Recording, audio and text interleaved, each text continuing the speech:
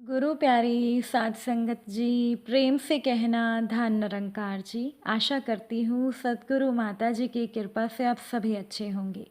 आज मैं आप सभी के लिए एक दिल को छू लेने वाली साखी लेकर आई हूँ।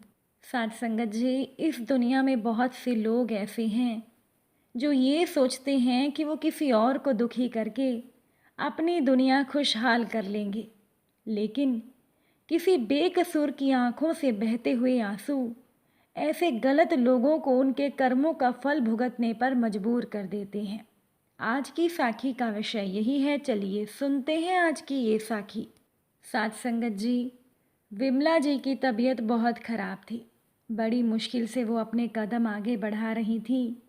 अब उनके पाँवों में आगे चलने की ताकत बिल्कुल नहीं बची थी। उन्हें भूख लग रही थी। बहुत दिनों से उन्हें खाना भी नहीं मिला था। किसी तरह से विमला जी पानी पीकर जी रही थी। कभी कभी कोई तरस खाकर उन्हें कुछ खाने के लिए दे देता था। विमला जी किसी को कुछ कहती नहीं थी, बस ऐसे ही इधर उधर वो चलती फिरती रहती थी। एक दिन ऐसे ही उन्हें चलते चलते रात हो गई। चलते चलते विमला जी एक आलीशान घर के बाहर पहुंची, जहां पर कुछ आयोजन चल रहा था। विमला जी को भूख लगी थी, उनसे भूख सहन नहीं हो रही थी। डरते डरते वो घर के अंदर चली गईं। उन्होंने घर के अंदर देखा कि एक वेटर सभी को खाना दे रहा था। विमला जी उसके पास जाकर कहने लगी, बेटा मुझे भूख लगी है, थोड़ा सा खाना दे दो। वेटर ने उन्हें दुत्कारते हुए कहा, तेरी जैसे भिखारी को खाना खिलाऊंगा तो मेरे साहब मुझे काम से निकाल देंगे, चल यहाँ से भाग जा। विमला जी की आंखों में आंसू आ गए। वो अपमानित होकर वहाँ से बाहर की ओर जाने लगी। धीमे कदमों से चलते हुए वो बाहर निकल रही थी और उनका दिमाग अतीत में खो रहा था। गांव में विमला जी कितनी हंसी खुशी रहती थी और उनके पति विशंबर जी एक परचून की दुकान पर नौकर का काम करते थे। उनके घर में पैसे कम आते थे, लेकिन सुख शांति थी। विमला जी की सास भी उन्हें बहुत प्यार करती थी, लेकिन उनके जीवन में एक ही कमी थी कि विमला जी की शादी के 12 सालों के बाद भी उन्हें संतान का सुख नहीं मिला था। अब उनके गांव में कोई बड़े बड़े डॉक्टर तो थे नहीं, तो विमला जी की सास मंदिरों के चक्कर लगाती रहती थी। 12 सालों के बाद चमत्कार हुआ और विमला जी के घर संतान का जन्म होने वाला था। परिवार में सब खुश थे। देखते ही देखते समय बीता और विमला जी ने बेटे को जन्म दिया। बहुत प्यार से विमला जी ने बेटे का नाम चंदन रखा। चंदन बचपन से गरीबी में पला बड़ा था, तो उस पर खूब पैसा कमाने की धुन सवार हो गई थी। चंदन बहुत महत्वाकांक्षी था। वो कम में गुजारा करने में यकीन नहीं रखता था। उसका मानना था कि दुनिया में सब कुछ हासिल किया जा सकता है, बस हासिल करने का जुनून होना चाहिए। इसी वजह से वो आगे बढ़ता चला गया। 10वीं तक की पढ़ाई उसने गांव में ही पूरी की। उसके बाद उसे शहर जाना था, लेकिन विशंबर जी के पास ज़्यादा पैसे नहीं थे। तब विमला जी ने अपने कानों के झुमके बेचकर चंदन को शहर जाने के लिए रुपए दिए। चंदन वहाँ जाकर मन लगाकर पढ़ाई में लग गया। वो पढ़ाई में अच्छा था तो उसे स्कॉलरशिप भी मिलने लगी। धीरे धीरे चंदन सफलता की सीढ़ियाँ चढ़ता चला गया। ग्रेजुएशन पूरी होने के बाद उसने एक कंपनी में नौकरी शुरू कर दी। अब माता पिता को लगा कि अब उनके दिन भी सुधर जाएंगे, लेकिन साथ संगत जी ऐसा कुछ नहीं हुआ। चंदन तरक्की करता गया और माता पिता को पीछे छोड़ता चला गया। इसी बीच विशंबर जी की मृत्यु हो गई। अब विमला जी गांव में अकेली रह गई। वो बेटे से बार बार कहने लगी, अब मुझे तेरे साथ रहना है, ना जाने मुझे कब क्या हो जाए। तो इस बात पर चंदन कह देता था, माँ शहर में जब मैं बढ़िया घर बनाऊंगा तब मैं तुम्हें लेकर आ जाऊंगा। अभी तो मैं खुद ही अपने दोस्तों के साथ किसी तरह से एक कमरे में रहकर गुजारा करता हूँ। तुम्हें यहाँ लेकर आऊँगा तो तुम कहाँ रहोगी। विमला जी बेटे की मजबूरी समझती थी। उनके लिए तो यही बहुत था कि उनका बेटा हर महीने खर्च के लिए उन्हें 3,000 रुपये भेज दिया करता था। विमला जी उसे मिलने के लिए बुलाती थी तो चंदन गांव नहीं आता था। देखते ही देखते चंदन को गांव में आए अब 6 साल हो चुके थे। अब तो विमला जी चाहती थी कि वो बेटे की शादी करवा दें, लेकिन चंदन कहता था, मैं ऐसी लड़की से शादी करूंगा जिससे शादी करने के बाद मैं धनवान बन जाऊं और तुम मेरे लिए ऐसी लड़की नहीं ढूंढ पाओगी। मैं अपनी ज़िंदगी अपने हिसाब से देख लूँगा। तुम्हें मेरी चिंता करने की कोई ज़रूरत नहीं है माँ। विमला जी सोचती थी कि उनका बेटा ना जाने किस राह पर चल पड़ा है। बेटा होने के बावजूद आज विमला जी बुढ़ापे में अकेले रह रही थीं। फिर एक बार उनके बेटे चंदन का फ़ोन आया और वो कहने लगा, माँ मुझे एक बहुत अच्छी लड़की मिली है, लेकिन अगर उसे पता चल गया कि मेरी माँ अनपढ़ गंवार है तो शायद वो मुझसे शादी नहीं करेगी। उसके पिता उसकी शादी अच्छे परिवार में करवाना चाहते हैं। अब मैं अपने आप को अकेला बताऊंगा तो शायद वो लोग मान जाएं, लेकिन माँ तुमसे रिश्ता रखूंगा तो मेरी शादी नहीं होगी। इसीलिए अब तुम अपनी ज़िंदगी अपने हिसाब से जियो और मुझे तो भूल ही जाओ। इतना कहकर चंदन ने फ़ोन रख दिया। विमला जी हैरान थी। वो बिना कुछ सोचे समझे शहर जाने के लिए निकल पड़ी और आज उन्हें शहर आए लगभग 20 दिन हो गए थे, लेकिन उन्हें समझ नहीं आ रहा था कि वो बेटे चंदन को कहाँ ढूंढे। उन्हें तो ये भी नहीं पता था कि उनका बेटा इसी शहर में रहता है या किसी दूसरे शहर चला गया है। फिर भी न जाने किस उम्मीद में वो भटक रही थी। अभी भी जिस तरह से थोड़े से खाने के लिए उन्हें अपमान सहन करना पड़ा था, उसे याद करके उन्हें रोना आ गया। धीमे कदमों से चलते हुए वो उस आलीशान घर के बाहर पहुंच चुकी थी। तभी पीछे से एक लड़की की आवाज़ आई, अरे अम्मा कहाँ जा रही हो? रुको तो सही, मैं कब से तुम्हें आवाज़ लगा रही हूँ।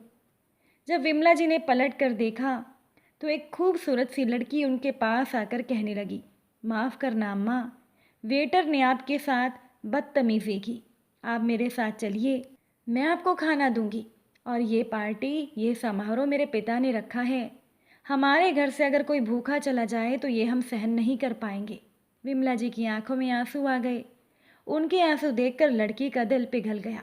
लड़की कहने लगी, अम्मा चलिए, क्या सोच रही हो? विमला जी धीमे धीमे कदमों से लड़की के पीछे चल दी। अब उस लड़की ने, जिसका नाम था रागिनी, रागिनी ने वेटर को खाना लाने को कहा और अम्मा को पूरे सम्मान के साथ एक मेज पर बैठाया।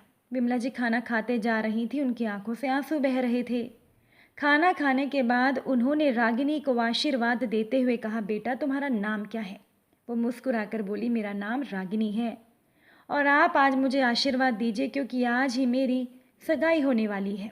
मेरे पिता ने आज मेरी सगाई करने का फैसला किया है। लड़का मुझे बहुत पसंद है। विमला जी ने उसे आशीर्वाद दिए। फिर बोली, बेटा आज तो तुम्हारे लिए बहुत बड़ा खुशी का दिन है। तुम्हारे माँ और पिता कितने खुश होंगे। काश कि मेरा बेटा भी मुझे अपनी शादी में आने देता। ये सुनकर रागिनी हैरान थी। जब उसने विमला जी से उनके बेटे के बारे में पूछा तो विमला जी ने रोते हुए बताया कि किस तरह से उनके बेटे ने अमीर लड़की से शादी करने के लिए माँ को ठुकरा दिया। ये सुनकर रागिनी हैरान थी। रागिनी कहने लगी, अम्मा आपके बेटे का नाम क्या है? आप बताइए, मैं ढूंढने में आपकी मदद करूंगी। जब विमला जी ने रागिनी को अपने बेटे का नाम बताया तो रागिनी के चेहरे की चमक उड़ गई।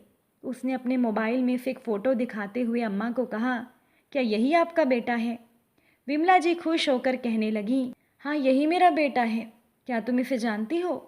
विमला जी ने भरे गले से पूछा तो रागिनी ने अम्मा की हथेली थाम कर कहा, आप मेरे साथ चलो। वो विमला जी को लेकर चंदन के पास पहुंची। चंदन बहुत ही सुंदर लग रहा था। उसने जैसे ही पलट कर देखा तो सामने अपनी माँ को देखकर चंदन तो हैरान रह गया। विमला जी बेटे के गले लग गई और रोते हुए कहने लगी, बेटा तू कैसा है? कितने सालों के बाद तुझे देखा है। अब चंदन विमला जी को खुद से दूर हटाते हुए बोला, कौन है तू? मैं तुझे नहीं जानता। क्या दिखाई नहीं दे रहा कि मैंने कितने महंगे कपड़े पहने हैं? तू मुझे हाथ लगा रही है, मेरे कपड़े खराब हो जाएंगे। तभी रागिनी ने एक जोर का तमाचा चंदन को मारते हुए कहा, तुम्हें शर्म नहीं आती अपनी माँ से इस तरह से बात करते हुए? चंदन हैरान रह गया। रागिनी गुस्से में बोली कि मुझे इन्होंने सब कुछ बता दिया है, ये तुम्हारी माँ है और तुम इन्हें अकेला छोड़कर यहाँ आ गए हो ताकि तुम मुझसे शादी कर सको।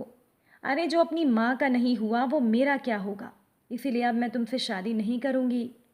चंदन हैरान रह गया। बड़ी मुश्किल से ही चंदन ने अपनी कंपनी के बॉस की बेटी को शादी करने के लिए मनाया था।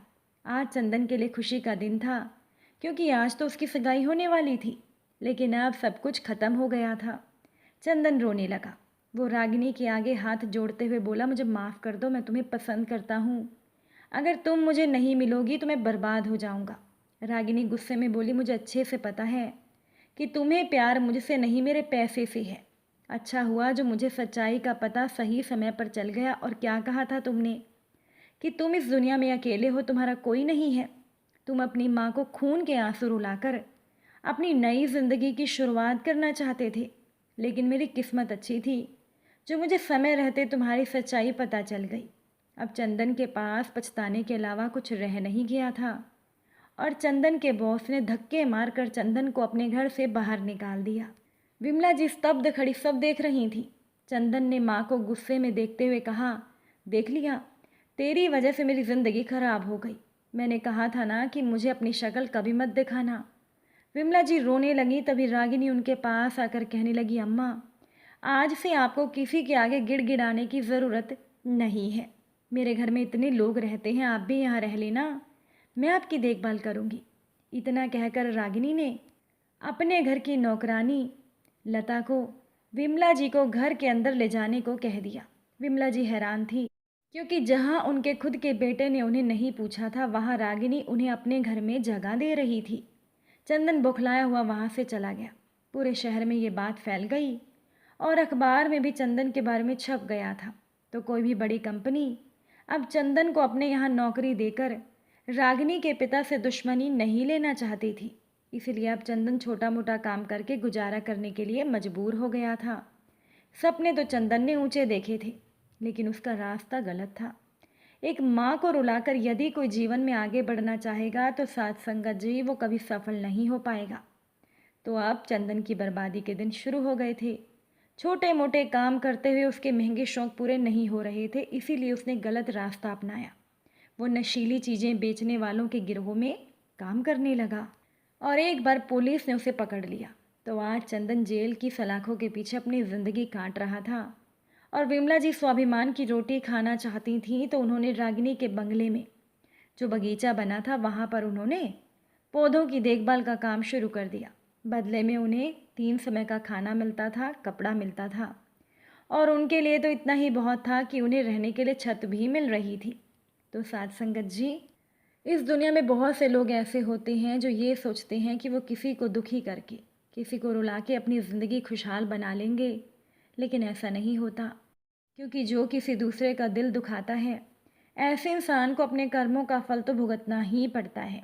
अगर आज की ये साखी आपको अच्छी लगी हो, वीडियो को लाइक शेयर ज़रूर कीजिएगा। आप सभी से फिर मुलाकात होगी नई साखी के साथ। साथ संगत जी प्यार से कहना, धन निरंकार जी।